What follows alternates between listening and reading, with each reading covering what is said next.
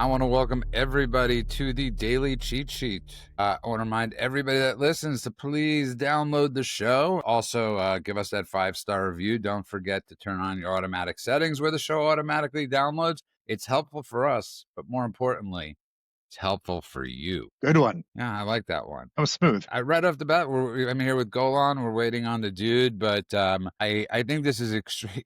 I want to tell you something really funny. So I posted about the Roseanne thing, and I added to what we had to what you had helped me write, and I said bravo Sinclair.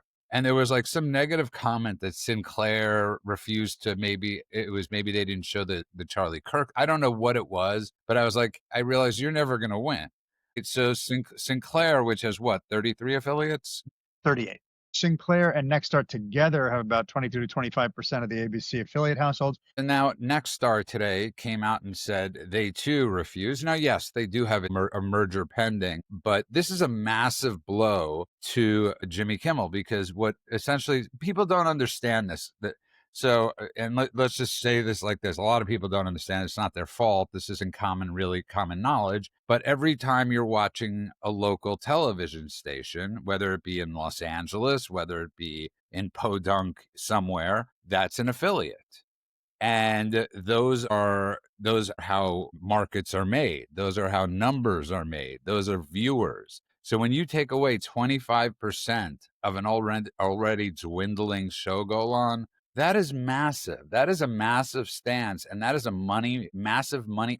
Somebody asked me, should they short Disney stock? And I'm not a stock person, but I said to him, might not be a bad idea. I used to own Disney stock. I don't anymore. I made some nice money off of it. But I don't recommend. Now is not the time to start buying in bulk. I have a feeling that thing's going to drop like a stone because they're losing on every front.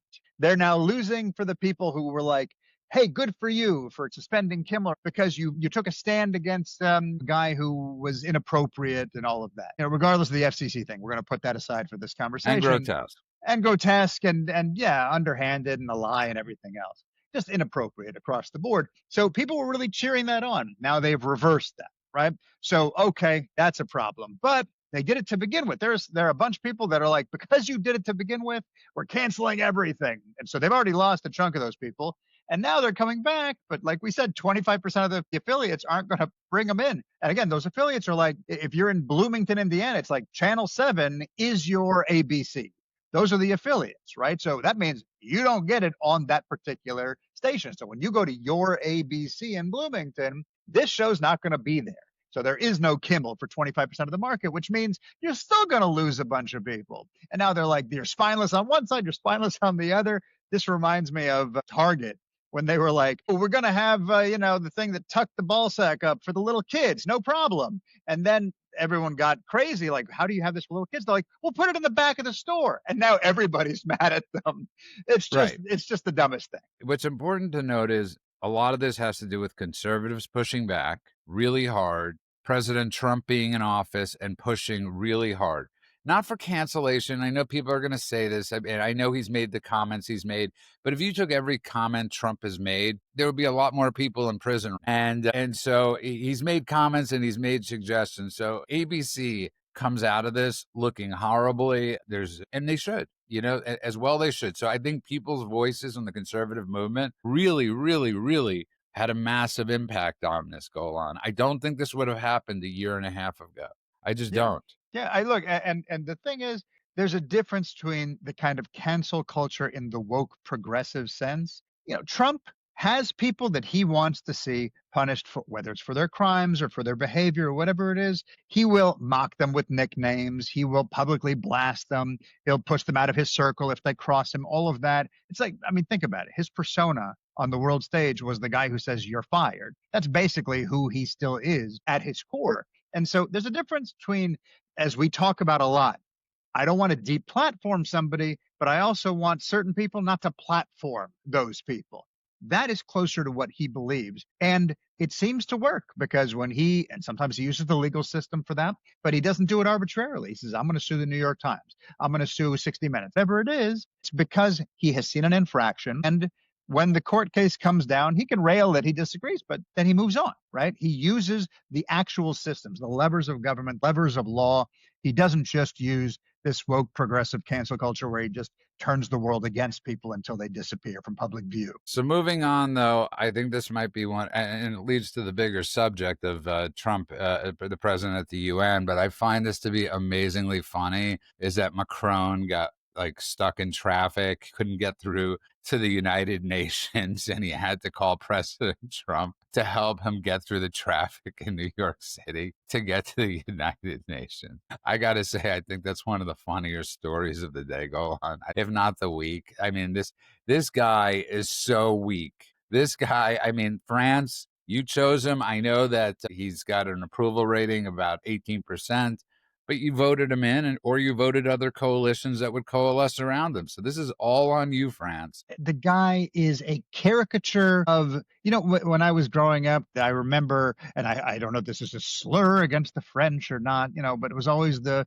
froggies who would surrender at every turn and were just weak kneed and weak willed and everything else. This guy embodies every stereotype that I have ever heard about French people. So I don't know if all French people are like that, but I know the leader of France right now certainly is. And this story, he just seems like such a foppish, ineffectual loser. Every single time he does anything or says anything, I understand why his approval rating is in the toilet. So next, go to Trump, because you actually watched this live. You watched the smackdown that he put upon the United Nations. Again, I mean, as everybody that listens to the show knows, our thoughts on this are that the United Nations should not be located in America anymore, something Barry Goldwater brought up 60 years ago. And of Yeah. course, he was called a crank. He was a Republican nomination that would never win. But tell us about the smackdown, please. So I watched the entire thing, and the only issue I had, I will start with this, is that it didn't end with him saying, and therefore this entire institution is a waste of time, money, and good real estate. So I'm shutting it down. Everybody, single file line, get out of the building. Or as I texted my friend, all of you world leaders, look under your chair. You all have a weapon. If you want to leave the room, you have to earn your exit and begin. That would have been the best. Yeah, hunger, like the Hunger Games. That would be Like the hunger. fantastic. Oh man, then it would have been the first UN General Assembly that I actually gave a shit about. But what he did As he say, left the room, though, that's, first. of course. Actually, I could see Trump just taking people down. It would have been something to see. But what he did say was he kept going at not only the United Nations and how ineffectual it is and what a useless organization it is. I mean, my favorite quote from the thing was, the only thing I ever got from the United Nations was a bad escalator and a bad teleprompter. He gets on the stage and the teleprompter's not working. And he's like, this is indicative of everything that you stand for. And he got on the escalator and it stopped halfway down. He's like, and I love everything he says is also the Trumpian version of it. So he's like, if the first lady wasn't in such great shape, she would have fallen. Actually, we're both in great shape. And he kind of talked a little bit about what great shape they were in. It was an amazing, it was like half roast, half just destructive UN takedown. He was talking about how the UN, basically all they do is write strongly worded letters and don't follow that up with anything. Don't do anything about those words. He said the UN isn't solving problems it should solve, and too often is creating new problems that need to be solved. He started talking about how the UN was financing people to come into our country illegally, and then I had to get them out. He kept asking, what is the purpose of the United Nations? He talked about the 7 wars that he ended, and he said, it's such a shame the United Nations didn't do anything about any of those wars. And I talked to the world leaders whose countries were involved with those wars. They didn't even get a phone call from the United Nations. He just kept going. And in addition to the United Nations, he also went after all the countries who had just recognized Narnia. I'm sorry, Narnia. I meant Palestine, the other fictional place. So all of those plays, he was just one at a time targeting, this is ridiculous, this is ridiculous, you guys are all clown show. And he did say the only thing we should be talking about is free the hostages if we really want to find peace. And he said, I don't want 1 hostage now and 2 tomorrow and half later. I want all the hostages and I want them all now. Again, oral clarity, the thing I keep coming back to over and over again. He talked about what a waste of time the UN was and how everything that was going on at the UN was just useless waste of money. And one more thing, he had a big metaphor that he used in the middle of the speech. I'm just sharing because it was delightful. He said, when they were renovating the UN building, I put in a bid and I was going to do the whole thing for $500 million.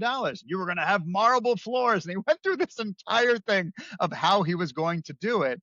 And then they said no, they went with somebody else. They spent $2 billion plus overages in the end and got none of the stuff that he was going to do for a lower price, to the point where he was called in. This is before he was president, when he was just real estate guy, called in by the United States government to testify on the corruption and the waste that the United Nations was using to remodel the building. And he goes, did you notice the crappy floors you walked in on? They weren't marble. It was an unbelievable speech, all told. No, no, listen, I'm extremely glad you recapped it as well as you did, because I think a lot of people that listen to the show, or many people, are not going to get the full story, are not going to see. It's going to be how awful Trump was, how Sure.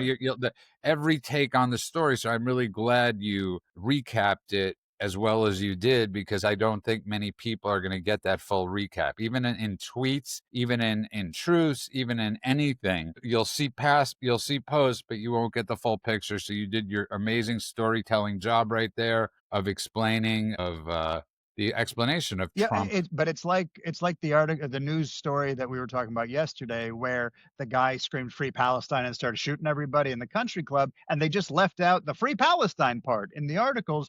What they'll do is the same thing here. They will omit the stuff that doesn't fit their narrative, and they'll make sure to emphasize the stuff that does. So when they're talking about his speech, they won't talk about how he made salient points or that he went after all these countries that are clearly doing the amoral thing. But they'll talk about, oh, and he made these jokes or he's made these insults and it was beneath the presidency. And they'll just focus on the things that help their narrative. It's what they do all the time. And by the way, for the record, moral clarity thing is my word. I know you say it a lot, you repeat it a lot, but I am Wow. the one that I'm going. He That's invented it. fine. I Buddha welcome invented it. everybody to watch episodes of Jew Can't Handle the Truth, my other podcast, which has I been knew he around had to for get a years plug in, prior. but And you'll and hear I the phrase encourage moral everybody to clarity listen to quite The a bit. World According to Ben Stein, which came out before Jew Can't Handle the Truth. Boo, yeah. And we're That but is true. I can't argue with that one. and the dude is here, and Yeah. I you know, apologize. I'm late. I was busy recording my other podcast, Breaking It Down with the Brothers. Actually, I was dropping the kids off at school, but you could check out Breaking It Down with the Brothers with me and Neville. Break things down. Neville Chamberlain? you were dropping your kids off where? School. Um, you know, yeah, I'll get into that whole other subject on a private line where I'm curious about why the state of California does not follow New York and New Jersey with their school calendar is absolutely mind-boggling. And I could think of other things. I don't want to get bogged into that. So the Secret Service today foiled a massive plot to cripple New York's cell network and threaten the UN General Assembly. I'm not sure if part of me wouldn't have minded if that plot would have went through. I was My thinking the same thing. Man, that might have been the funniest thing, is that the UN General Assembly, all of a sudden, none of their phones work, because a lot of them were on their phones, right? They're texting the whole time. They're, playing, one of You know those what? games. You just gave me an idea. I'm going to put into our Instagram. I took a screenshot during the speech where he started. This is, by the way, Mend, you missed my recap of the speech, but I'll tell you one thing that I didn't mention earlier. He went after specific countries, and every time he did, they cut to the people from those countries just staring back with like a grimace. And he did the thing with Brazil, and you watch the guy squirming in his chair. And then he started talking about Russia and how awful they were during the Ukraine war and all that. They just cut to the Russian table, and both guys sitting at the Russian table are holding up their cell phones, filming him, clearly like live feed right back to Putin. But it was an amazing cut too, because it was just one of those like Rocky and Bullwinkle level Boris It and was, but Natasha Russian it was, thing. but man, how great would it have been if cell phone service was actually cut off? This whole thing that they're talking about, the cell phone bot farm that they found. So this is how bot farmers actually work. You get SIM cards, either physical or electronic SIM cards. You put them in a server. The server could hold, say, 1,000 of these so-called SIM cards. And that acts like 1,000 cell phones. And then if you have 1,000 cell phones per server, and they had 300 of these servers, they could add comments and retweet stuff on a massive scale. It's a basic bot farm. I'm not even sure this was targeted at the UN General Assembly. I think it's more of a coincidence that they found it at the same time. We don't know yet. They haven't come out with a lot of information about it. But from what I've seen, and I know guys who ran bot farms like this, and they were doing it more for marketing purposes, selling God knows what, but you spam, 10 million, 30 million cell phones, you're going to get So, no, so people just so to explain what you're saying, they discovered, including more than 300 servers. co-located SIM servers and 100,000 SIM cards That's at right. multiple locations within 35 miles of the United Nations. So you're right, we don't know We don't, if and it's, they haven't determined whether it is but that, that but they meant, to do your know point, that that massive cluster could send, I think it was 30 million texts per minute, and could overwhelm cell towers and jam emergency services and all sorts of other stuff. no, I man, kind I'm of feel really like glad you brought that point up, because you're just bringing up one. Multiply that by that number I just brought up. of course. I mean, I've seen some of these bot farms out of China where they have hundreds of thousands of these things. And if you could pay them, there are services out there. Do you want 10,000 Twitter followers? Boom, you pay these guys, and 1,000 bots are now your followers. Or if you want comments, likes, engagement, all of that stuff, they could do it. And they use VPN. So, Twitter, X, Instagram, TikTok, they don't necessarily know that this is a Pakistani or a Chinese bot farm. But this thing, I think, for the sake, and this is my feeling, I don't know, but my feeling is that for the sake of sensationalism, they're tying it to the UN General Assembly, when really this is just, in my opinion, probably going to turn out to be just another spam bot farm that they took down. And the bigger question is going to be, run by whom? And this is something I keep on talking about. I keep on posting about. And I know Men reads my posts now, since I see him now posting on True Social. So well done, Thank bravo. you. Thank you. I think I actually got the name Mend Dude on Truth. So we're going to set that one up and stop using the Lawwood one. Perfect. And what we're watching, though, is, and I keep on saying this, is infidels we are the infidels. So to the people that want to kill us, whether domestically or abroad, they don't care about what religion we are, what race we are. They want us all dead. Okay, so while this might have started on a campus, it goes to a shooting in a country club in New Hampshire, where I could promise you, not a Jewish-run country club. I've been to New Hampshire. I could almost say with 100% certainty. So there's no stopping this. So I'd be very interested. But man, I just want to bring up this quick story, because there's something I really want to get into. And Google announced today, this is great. Google admits political censorship on YouTube, promises to embrace free speech. Embrace free speech. And the reason I'm laughing at this is like me saying, if anybody's looking at the camera, I need a haircut. Okay. Anybody looking at that's watching our show on Rumble or YouTube would say, "Hey, Judah, get a haircut already." Okay. Anybody that didn't think that Google was doing this, man, was such a dishonest broker, especially after the Twitter files, the Facebook files, all the files. You have to be. I mean, this is like why you can't talk to the left, and sometimes it's even hard to talk to people on the right. But this is why you really can't talk to people on the left, man. Because it's insane. Yeah. Where do we start with this stuff? The left wants to paint everything as if it's white supremacy, extremist, God knows what. It's always the same playbook. I saw this black woman on Instagram posting the other day, and I reposted it. Are you sure she was black? We don't want to get into the Roseanne Valerie Jarrett thing, where I'm having to post pictures on True Social of what Valerie Jarrett looks like, but go on. I've seen Planet of the Apes, and what Roseanne was saying wasn't that off. I'm not endorsing or condoning what she's saying, but, do you remember Planet of the Apes? One of the apes, look, they gave it some humanistic. Look, by the way, Judah and I were talking about this for the show, so I'm going to back you up here. We're not saying black people look like apes. We're not saying anything of the sort. Valerie Jarrett specifically looks like a character from the movie Planet of the Apes because of how she looks, not because of her race. And it's especially not based on race. Exactly. When you look at her picture, it has nothing to do with she race. looks white or Asian, or she could be Puerto Rican. Right. She could be anything. Let's just say, I'm not going to say what character on that Planet of the Apes she looks like, but she definitely looks like one of those characters. But getting back to it, though, man, I think this is like one of those stories where like Google's coming to admit this, obviously, because they're being, a fear of whatever. But this is like one of those stories like, thanks, Captain Obvious over at Google. Yeah, it's not enough that they're admitting it, and they're Yeah, going I through and they're agree. saying that anyone who was deplatformed, they'll welcome back, and all of that other garbage. They're They also need to be not really penalized. admitting it. That's the thing, is it's a tacit admission.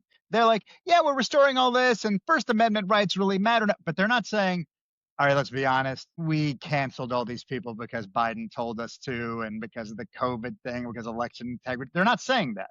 We understand what they're not saying, but they're not just coming out and saying, okay, let's be honest about this. When you've got people like Dan Bongino and Sebastian Gorka and Steve Bannon and whoever else they banned, that they did these things, they were deplatformed for quote unquote violating policies. Judah's pointing to himself. Were you banned, Judah? Yeah, quite a few times. Ben Stein was banned. I could not believe what was going on. I would get letters every other week telling me, I'll just share this story quickly. I mean, so we got banned for tons of shows. So you get one strike, it's a threat. You get two strikes, you're suspended for a week, right? So in the beginning, it was for election interference. Anytime I brought up that there was election interference or that it was rigged, I would get a notice about 6 hours later, max, that I had broken their code and the show is being pulled off, right? So one night I'm doing a show and it was two people on the panel, two that were vaxxed, two that weren't. And I simply said, how is it that more people are getting vaxxed and more people are getting COVID? I don't understand the number. You know what I mean? Because, our understanding of a vaccine is it gets rid of it, right? So I couldn't grasp it. And that's all that was said. And I thought, and all of it, I'm not kidding. 45 minutes later, I got an email saying I broke their rules on the science. Wow. And within the next year, they sent me 60. I had stopped posting. So we went to Rumble and I had stopped posting on YouTube and it really hurt. Parler gets shutting down hurt us and YouTube doing that. And within the next year, I had 60 more episodes pulled. That's even after I stopped posting on YouTube.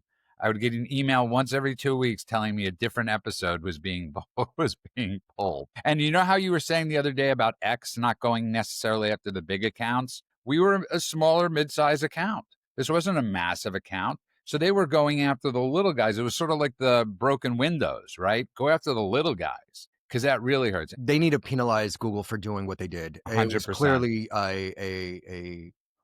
a coercion effort by the previous administration to silence American voices, as well as others. But I don't care about the others. It's American voices. We have, First Amendment right, free speech.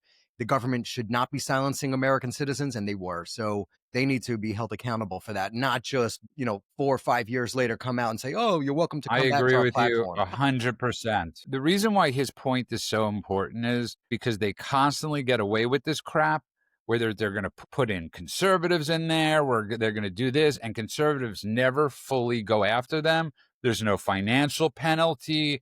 There's no breaking of the monopoly penalty. There's zero repercussions for what they do. And this is something that we speak about. This is why I am saying, in addition to obviously, yes, of course, I absolutely agree with Manda. I agree with you, but I think it's even more than that. They need to explain in detail what it is that they did.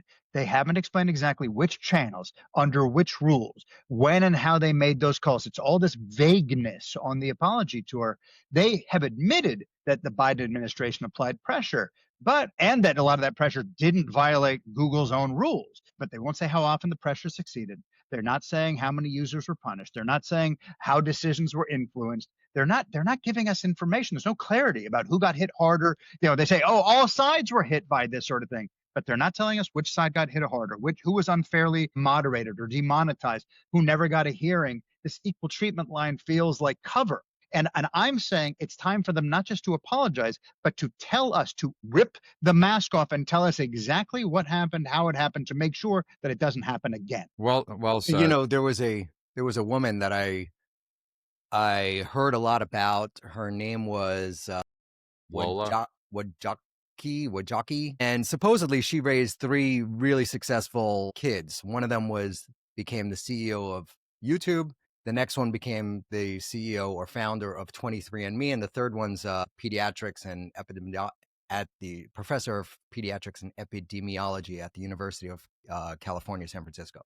And you're like, if you want to raise kids, like this woman clearly raised 3 successful children, and she wrote a book on how to raise kids. Turns out 23andMe went bankrupt, and they're selling everybody's DNA data to the highest bidder. So that's a complete and abject failure. YouTube was censoring Americans in violation of our freedom, First Amendment freedom speech. And I don't know about the last kid. I think one of them died recently or whatever. But sadly. But, this was someone that was being touted as like, this is a great role model. And I'm like, in the beginning, I fell for it. I was like, wow, I should get her book. I have a daughter. I would love to see, what it took to make that happen.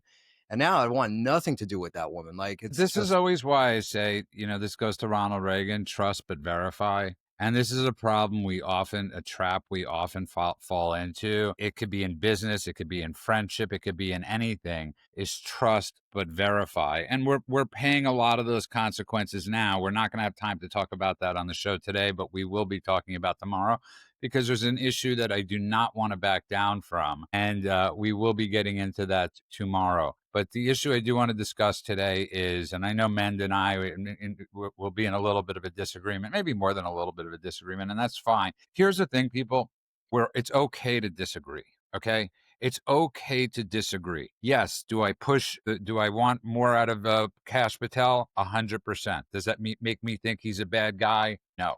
Do I think he could grow into a great FBI director? Yes. If somebody would have told any of us 10 years ago, Marco Rubio would be the greatest Secretary of State of a lifetime, all of us would have thought they were out of their minds. He was extremely young. He wasn't seasoned, but he took his time. He built himself up just like Nixon did, right? When he supposedly lost to Kennedy in 62, this happens. People grow up, okay? So when you say those types of comments, it doesn't mean you don't believe in them. It just means you need them to be a little more seasoned. Moving on, though, Mend, yesterday I jokingly said to you, by the end of Trump's press conference, it was going to be 2-in-1 children are born with autism, and and the Amish thing. And I said the Amish thing to you, which is you said, oh, it's true, and it's not true. The Amish do have quite a few cases of autism. They're also extremely underreported. There's no way the Amish could not have autism. And this isn't a knock on our Amish listeners. Okay. I know you don't get the joke. That was, did you see my face? That was our Amish listeners listening on their ham radios that they cranked. Yeah, come on. We have a lot of Amish listeners. They whittled the radios out of wood. We have a lot of Amish listeners. But man, when you want something to be, when you chase something so hard, sometimes you lose your objectivity. And I know everybody wants an answer, but just like we question so much of the doctors out there with the science, I think it's incredibly important to question diagnoses made by the same exact doctors. So I'm not sure 100%, just like the COVID thing, right? Or anything. How are we 100% sure that everybody that is really 1 in 26? When everybody is on the spectrum of some sort. All right, so there's a couple of things here. One is, you saw the administration come out with some recommendations yesterday saying, let's stop with the hepatitis shot for kids, for babies. No brainer. It basically, hepatitis B is transmitted through sexual contact and through the exchange of needles. Babies are not having sex and they're not shooting up. So it's a no-brainer. Out. Done. Why were we doing that? Because they were paying the pharmaceutical companies tons of money. And I'm just going to say one thing before I let you. This is where you have to separate yourself from. I know you have a massive distrust in big pharma, and do a little bit of a separation, but I agree with you 100%. Okay, so that's the hepatitis B. Great call from the administration, stopping the recommendation of Hep B for little kids. Then they took the MMR, measles, mumps, and rubella shots, and they said, don't give them at the same time. Break it up. That's something we did with our kids. They try to give you this giant combined vaccination for a tiny little baby that overwhelms their immune system. They're tiny. So why wouldn't you break it up? So breaking it up makes sense. Great move there too. Can I just give you a little pushback on that? Is that something that's been done for about 65, 70 years? So breaking it up? About giving it all at once. I agree. I'm not disagreeing with you and saying it's not a bad idea. I'm just simply saying if you're going to say this has been on the rise for 20 years, you can't then at the same time say something that's being done for 60 years. So that's the only wash, but go on. Well, that has nothing to do with autism. That has to do with common sense. Both of those first two things.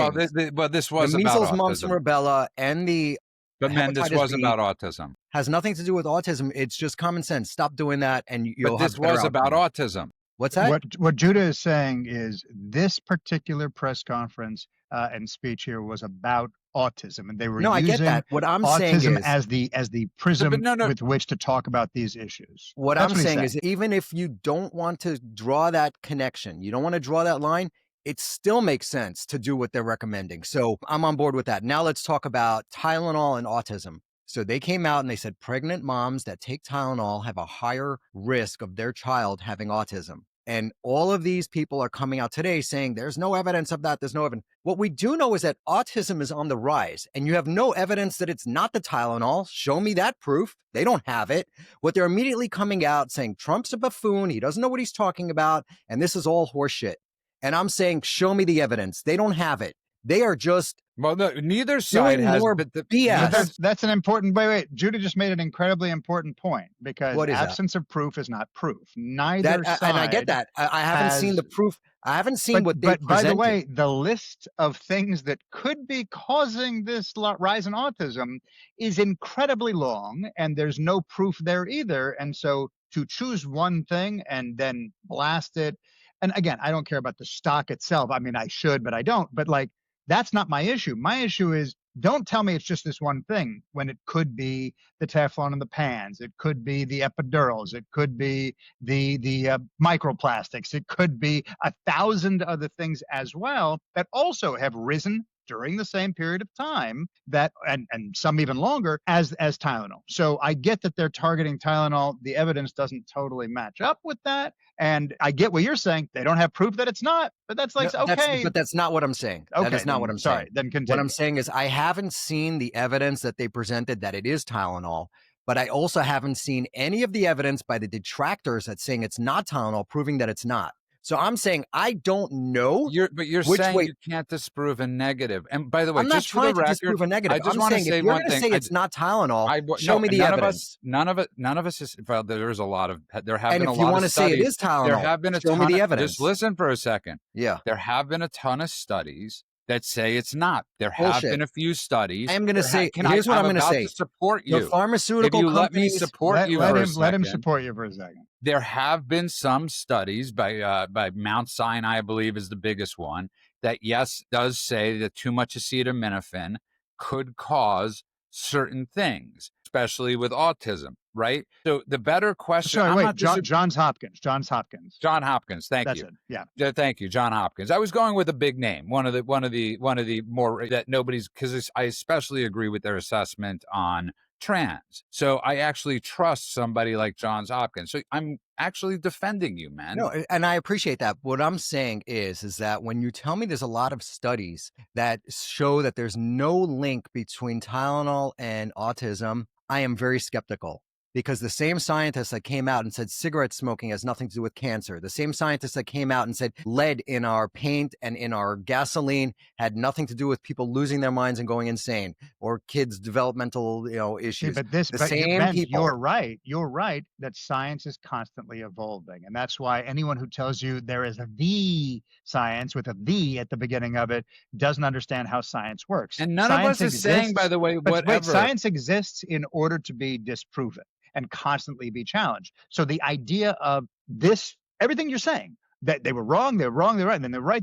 But here, we also have to be very careful about correlation not equaling causation, right? And so if even that Johns Hopkins study, by the way, if you actually read it, which Yes. I did because I knew we were going to talk about this, it's correlation, but it's explicitly non-causal, at least in the way that they went about their testing methods. It sounds like it's a great headline grabber, but it's not really proving or disproving anything. We're right back in the same boat where I could just choose anything and say, I was trying to. I was trying to give. Prove me wrong. Just for the record, I was trying to give Mend a little bit of a study that actually went in his direction from a very reputable place. But you're 100% right, Golan, in your assessment.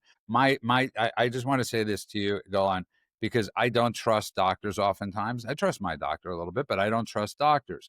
So we have to look at a lot of, we're all about, after COVID, none of us trust certain things, right? So we've brought up, you brought up the Charlize Theron thing, having how many kids that are trans, right? How many Yeah, two of her kids are identifying as trans. as at least two of her kids, right? And then you have the same thing with Lev Shriver's kids, right? I mean, the world's gone trans, and doctors are this. So what we also have to look at what doctors are doing to test exactly what autism is, because men's point to big pharma, right? If you're a doctor and you diagnose somebody with something, who's then to gain from said diagnosis? So how do we then trust the same doctors that are saying your kid has autism or is on the spectrum or is ADHD, because there's so much money in ADHD medicine? Go on. Absolutely. Look, the idea that right now people are self-labeling is always an issue, because there's also the idea of something being trendy. There's also the idea of getting attention. There's also the idea of people being in bubbles. There's 1,000 reasons. I'm not even saying that I judge, right? Because I understand that in some cases you're in a position where you're, again, as we talked about yesterday, you are only getting the information that your source is giving you, and people don't know to question enough. Right. So there are people out there who have 4 kids, and all 4 of them are non-binary or trans or gay or this or that. They're all something. And it's like, okay, the odds of that happening are so astronomical based on the actual worldwide percentages that becomes a question of, is it you? Right? It's that old adage, right? If you go to a party and everyone's an asshole, maybe you're the asshole, right? Sometimes it's the person themselves that are stuck in whatever system they're stuck in that are making these determinations. The same thing goes for on the spectrum. The same thing goes for ADD and ADHD. I've been a professor for now many, many years, since 1997. You I used got to a teach. lot of jobs. Yeah, hey, I got my teaching degree in the Army, and I started off teaching kids in 5th grade. While Then you I were moved up doing to high school. janitorial duty. Never did janitorial work. Never. As all my friends went to work at Starbucks, I was teaching Hebrew school. Anyway, the point of the story is that when I was teaching high school, the number of kids I was told in my class had ADD and ADHD was astronomical. I was told that I had ADHD, and here's a story that most people don't know because I don't repeat it very often, but I was so distracted because my teachers were so poor at their jobs that they thought I had a mental retardation and put me in the special ed class for a little while until they realized that actually I was in the 99th percentile, smarter than the other kids. I was just bored, right? So when I see that kind of misdiagnosis happening on a regular basis, by the way, 1 kid in that class that I was teaching actually had ADHD. All the rest had bad teachers in school. And so when I watch that sort of thing, people self-diagnosing, people self-medicating, people deciding they want to be the trendy thing, I know from the jump that I'm going to question it. And the same thing exists here. All right. There's a couple of things that I wanted to talk about when it comes to this stuff. So one is everybody's beating up on the administration for suggesting or laying They're out. not beating up.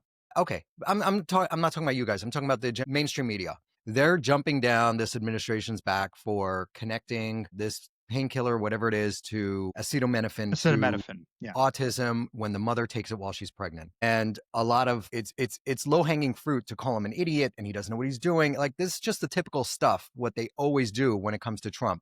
But if you look at some of the biggest settlements in the history of the world, were settlements by pharmaceutical makers for injuring the public, and in some cases doing it while knowing that their product could harm or kill patients. Now, we could talk about lots of different ones. There's Johnson & Johnson's $2.2 billion settlement in 2013. There's Tectata Pharmaceuticals, But that was the $2.0 weed billion. thing. Wasn't that the weed killer? That was for criminal liability arising from its promotion of antipsychotic drugs, thanks. I know they had with Reprozenol, the weed killer and too. Viagra.